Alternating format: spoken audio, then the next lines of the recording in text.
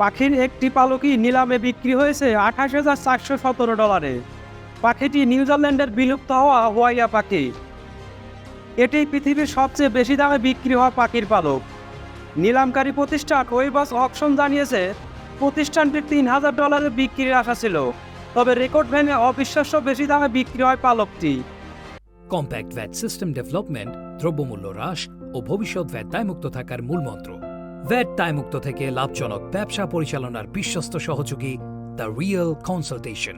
স্বচ্ছ ভ্যাট আইনে দক্ষ ন্যায্য ভ্যাট প্রদানে। নিউজিল্যান্ডের আদিবাসী মাওরি জাতির কাছে হুয়াইয়া একটি পবিত্র পাখি। মাওরি গোত্র প্রধান ও পরিবার প্রধানেরা প্রায়ই মাথায় এ পাখির পালক পরতেন। পাশাপাশি হুয়াইয়ার পালক উপহার দেওয়া বেচা বিক্রির জন্য ব্যবহারের প্রচলনও ছিল। মিউজিয়াম অব নিউজিল্যান্ডের তথ্য অনুসারে সর্বশেষ এই পাখিটি নিশ্চিতভাবে দেখা গিয়েছিল 1907 সালে। মিউজিয়াম অব নিউজিল্যান্ডের তথ্য অনুসারে সর্বশেষ এই পাখিটি নিশ্চিতভাবে দেখা গিয়েছিল 1907 সালে।